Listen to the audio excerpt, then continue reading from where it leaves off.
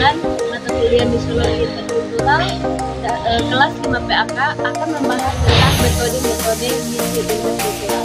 Namun sebelum itu, perkenalkan nama saya Emilia Rehana dan di samping saya. Kenalkan nama saya Denny. Di sini saya akan membahas tentang metode-metode misi interkultural. Pengertian dari misi interkultural adalah upaya penyebaran pesan Injil lintas budaya yang memerlukan pendekatan khusus dan sensitif. Nah, dalam dunia yang semakin terhubung namun beragam, metode-metode misi interkultural menjadi sangat penting untuk menjembatani perbedaan budaya dan menyampaikan pesan Kristus secara efektif. Presentasi ini akan membahas 3 pendekatan utama dalam misi interkultural. Yang pertama yaitu misi internasional, yang kedua misi dialog, dan yang ketiga pengembangan komunitas. Masing-masing metode ini menawarkan perspektif unik dalam menyebarkan kasih Kristus di tengah beragaman budaya global. Poin yang pertama yaitu pendekatan misi internasional. Di sini ada beberapa poin yang perlu kita perhatikan, yaitu ada 4 poin. Yang poin yang pertama yaitu pemahaman konteks budaya, yang kedua adaptasi gaya hidup, yang ketiga pelayanan holistik, dan yang keempat penyampaian pesan kontekstual. Poin yang pertama yaitu pemahaman tentang konteks budaya.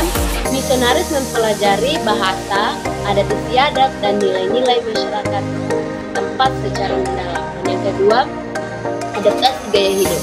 Misionaris menyesuaikan cara hidup mereka dengan komunitas lokal, termasuk pakaian mereka, makanan, dan kebiasaan. Dan yang ketiga yaitu pelayanan holistik. Misionaris terlibat dalam kehidupan masyarakat, membantu memenuhi kebutuhan fisik, emosional, dan spiritual. Dan yang keempat yaitu penyampaian dan pesan kontekstual. Injil disampaikan dengan menggunakan konsep dan ilustrasi yang relevan dan budaya setempat. Dalam pendekatan misi internasional, kita perlu memperhatikan prinsip-prinsip misi internasional.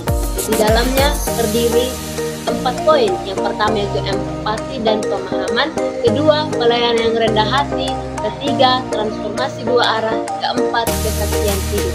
Nah, di sini empati dan pemahaman, misionaris berusaha memahami sudut pandang dan pengalaman masyarakat lokal, menciptakan hubungan yang lebih dalam dan otentik. Dalam poin yang kedua yaitu pelayanan yang rendah hati, misionaris mengikuti teladan Kristus. Misionaris harus melayani dengan kerendahan hati, menghargai kearifan lokal dan belajar dari masyarakat setempat. Dan yang ketiga yaitu transformasi 2 arah. Misi internasional mengakui bahwa transformasi terjadi bukan hanya pada masyarakat yang dilayani, tetapi juga pada diri misionaris sendiri. Yang keempat yaitu kesaksian hidup. Pesan Injil disampaikan tidak hanya melalui kata-kata, terutama melalui kesaksian hidup dan yang nyata. Kami akan membahas tentang poin yang kedua yaitu pendekatan misi. Dalam poin yang kedua ini kami akan membahas 4 poin. Yang pertama itu definisi misi dialog, yang kedua prinsip-prinsip utama misi dialog, yang ketiga manfaat misi dialog, yang keempat implementasi misi dialog. Tentunya kita akan mengetahui apa sih pengertian dari definisi misi dialog. Misi dialog adalah pendekatan yang menekankan pada pertukaran ide atau gagasan antara seorang misionaris dengan masyarakat lokal itu sendiri, dan juga harus mementingkan pengalaman dan pemahaman antara spiritual seorang misionaris dengan masyarakat lokal. Metode bertujuan untuk menciptakan ruang saling menghormati dan saling menghargai antara seorang bermisi dan masyarakat lokal. Yang kedua, prinsip-prinsip utama. Dalam prinsip-prinsip ini ada 5 poin yang kami persiapkan. Yang pertama itu mendengarkan dengan tulus. Seorang misionaris atau masyarakat lokal haruslah saling mendengarkan dengan tulus. Yang kedua itu menghargai perbedaan. Segala seorang bermisi haruslah menghargai perbedaan antara seorang bermisi dan masyarakat setempat. Yang ketiga itu mencari titik temu. Yang keempat berbagi pengalaman iman. Yang kelima membangun kepercayaan. Yang ketiga itu manfaat misi dialog.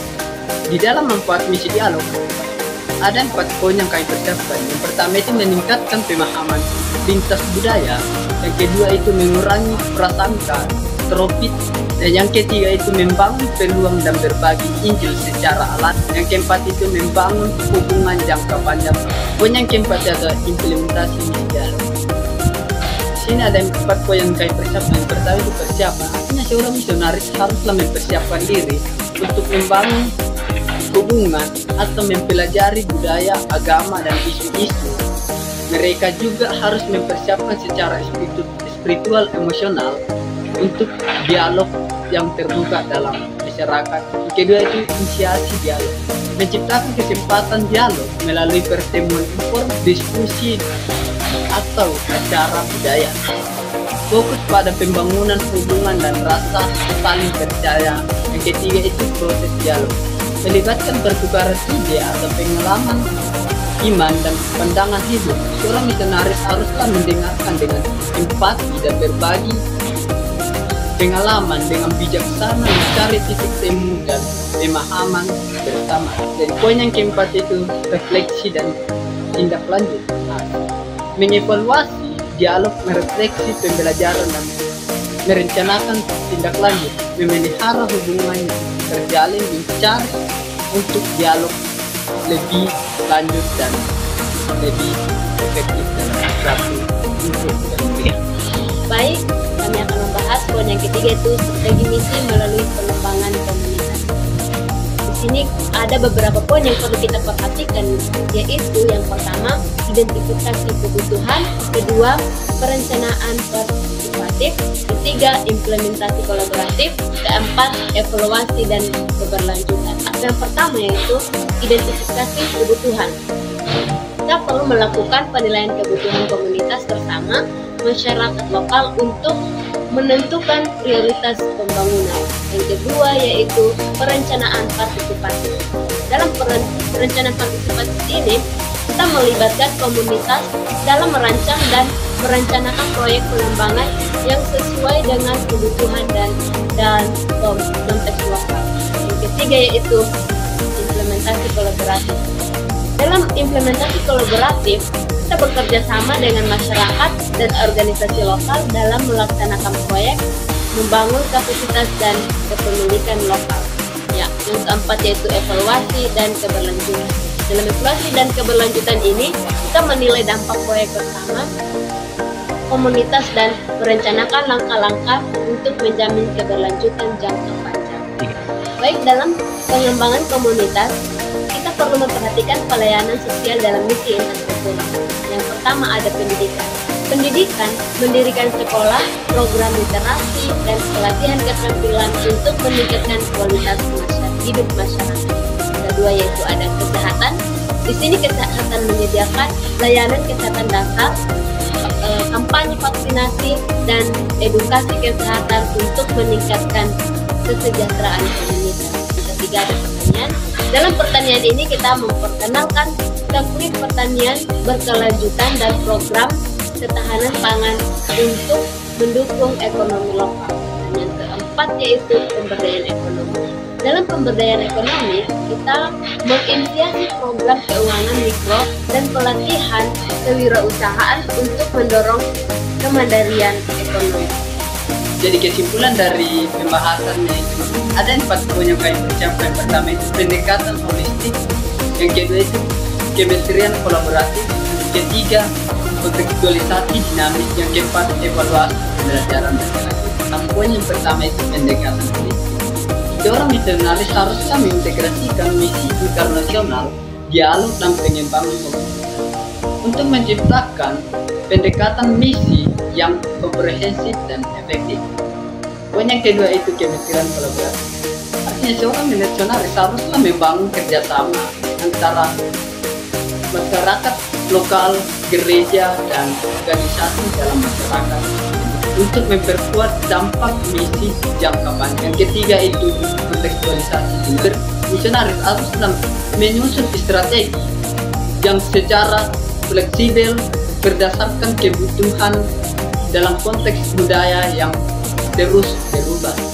Yang keempat, evaluasi pembelajaran dan kelanjutan. Seorang misionaris haruslah melakukan dan mengevaluasi rutin untuk meningkatkan efektivitas metode misi interkultural yang digunakan dalam permisi sendiri. Baik, sekian dari hasil pemaparan materi kami. Bila apa yang kami sampaikan boleh bermanfaat untuk kita semua, dan Tuhan Yesus memberkati.